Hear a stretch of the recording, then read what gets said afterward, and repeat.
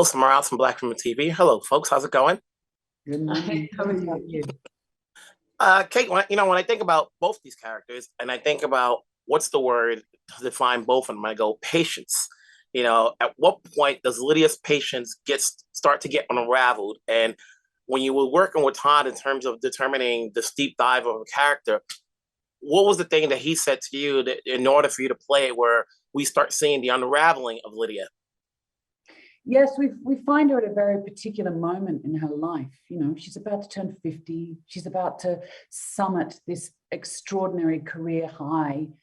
And but yet, at the same time, she knows that, I think from a creative point of view, you never arrive. You're always in the process of becoming. And she's got a very brutal inner critic. And I think that she's a perfectionist. She's restless. She's exacting. She's obsessive. It's sort of like creativity itself, I think. And she knows in a way that in order to keep progressing as an artist, she probably has to blow everything apart. But at the same time, she's found herself, in a very productive, happy, for want of a better word, creative partnership with Nina's character, Sharon. They've got a child. She's running one of the world's greatest orchestras. She's in a very powerful position personally and professionally. And I think when you find yourself in a position of power, a lot of people find that really hard to let go of. So she's pulled in so many different directions. But I think in the end, Todd, as a director, was able to keep asking provocative questions. So every day we would be presented with a new existential question to combat. None of us had the answers, and that's what I love about the film.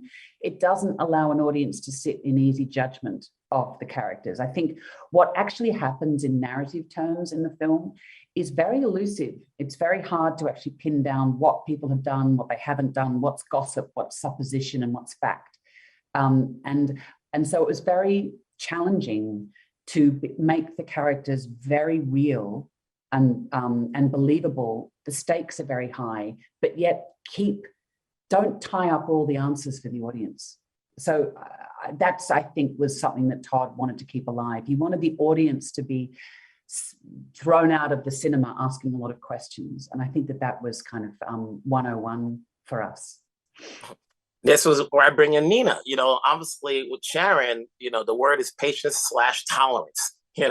Here she is, first chair, married, but watching everything going on. And as we see throughout the film, a lot of it's through your expressions. Like she's watching and watching. At what point, and when you were working with Todd, it says, now let loose, before we see what happens. You mean Sharon let loose or Lydia? Yeah, Sharon let loose in terms of like, there's only a certain amount of tolerance she can take for what's going on with Lydia. But what's gone on? This is the thing. What's going on? Gotta see the film. I think Sharon can handle a lot. I think at the end of the day, I mean, I always never want to interpret anything because I still don't know a lot in this film. I've seen it 3 times and I come out of it and I still have questions. I still think, oh, this time I take something out. This time, no, this film is about creativity. No, this film is about power abuse. There's so many questions that you leave this film with. But I have the feeling Sharon is the one that she knows who Lydia is when she falls in love. And they are together for quite a while.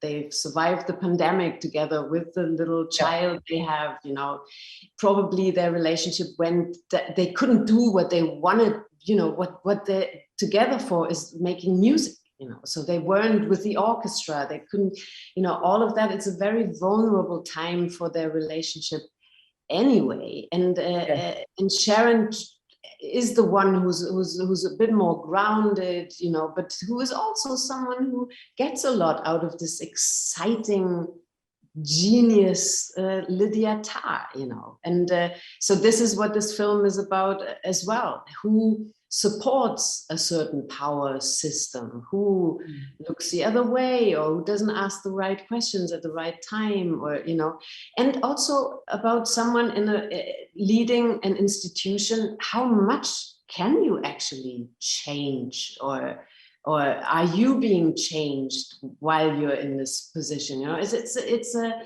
that's what I loved about the script. That's what I loved how Todd worked with us on it. That you can't get an easy answer because it is just complicated. And that's why I'm leaving. Go ahead. Were you going to finish it up? No, sorry, I was done. And that's why I will leave it up to Cate to talk to Todd of Make a Tar 2, the comeback of Lydia. Have a good one, ladies. I'm there. All right.